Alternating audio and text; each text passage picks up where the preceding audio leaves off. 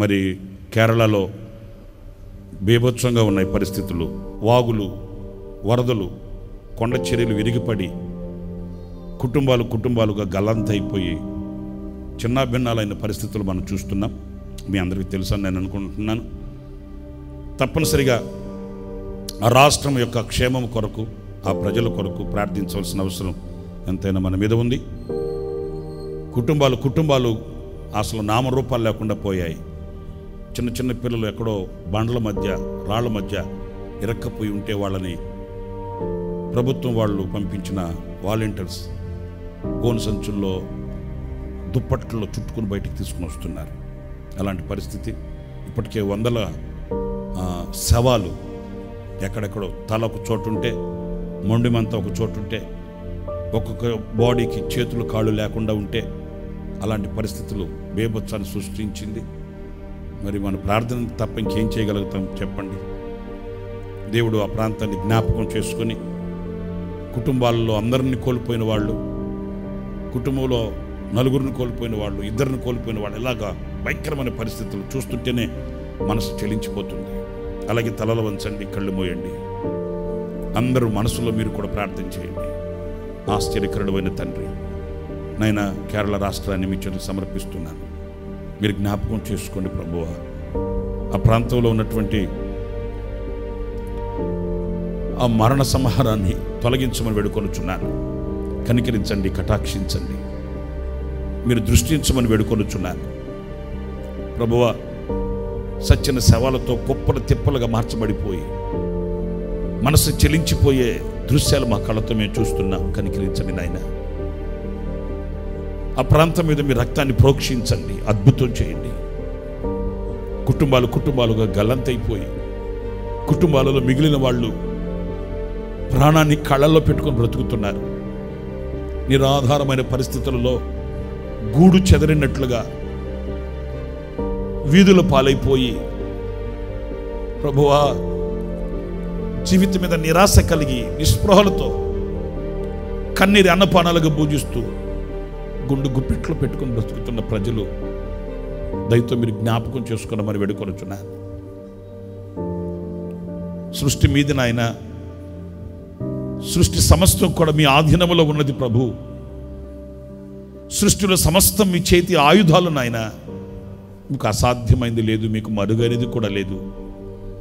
మీ పాద పద్మానికి అప్పగిస్తున్నాను. దీవెనకరమైన వర్షాలు మాకు కావాలి.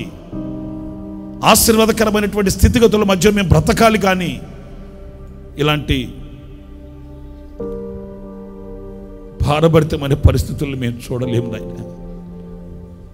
మీ పాదానికి అప్పగిస్తున్నాను స్వామి. ఇప్పటికే అధికారులు శక్తి వంచన లేకుండా ప్రయాసపడుతున్నారు. ఎవరు ఎంత ప్రయాసపడినప్పటికీ మీరు కృప చూపించకపోతే వ్యర్థమే కదా.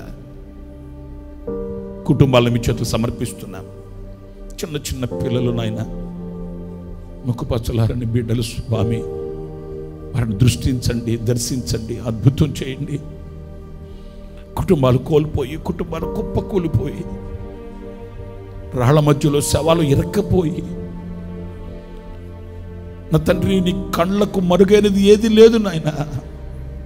ఎవరు ఏ బండల మధ్య, సందుల మధ్య, ఎలాంటి కష్ట పరిస్థితుల్లో నలిగిపోతున్నారు.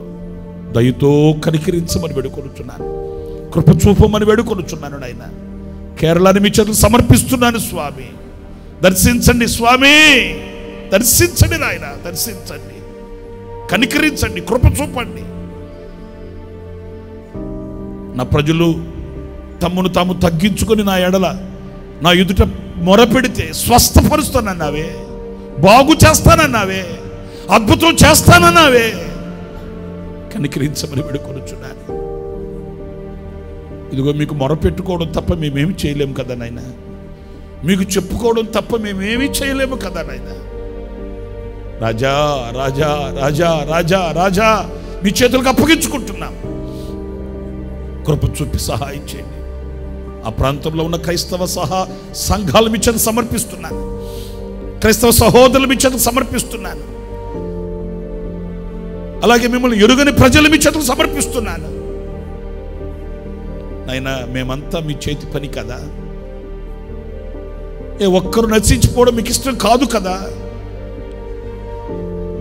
నీ చేతులు సమర్పిస్తుండగా కనికరించి దయదలచి మీ వాక్కు పంపి మీ హస్తం చాపి అద్భుతం చేసి ఆదరించి ఉద్ధరించి కనికరించి ఆ ప్రాంతాన్ని లేవనెత్తమని, ఆపదల్లో ఉన్న ప్రజలను హక్కును చేర్చుకున్నామని మీరే ఊరట కలిగించమని మీ పాదాలకు అప్పగిస్తూ యేసు ప్రశస్త నామములు ప్రార్థించి వేడుకొనుచున్నాను తండ్రి. Amen, amen. ఇంకా కూడా మీ వ్యక్తిగత ప్రార్థనలో ఈ ప్రాంతాలని జ్ఞాపకం చేసుకుని ప్రభుకు అప్పగించాలని, ప్రభు కార్యం చేసేటట్లు మొరపెట్టాలని ఆశిస్తున్నాను.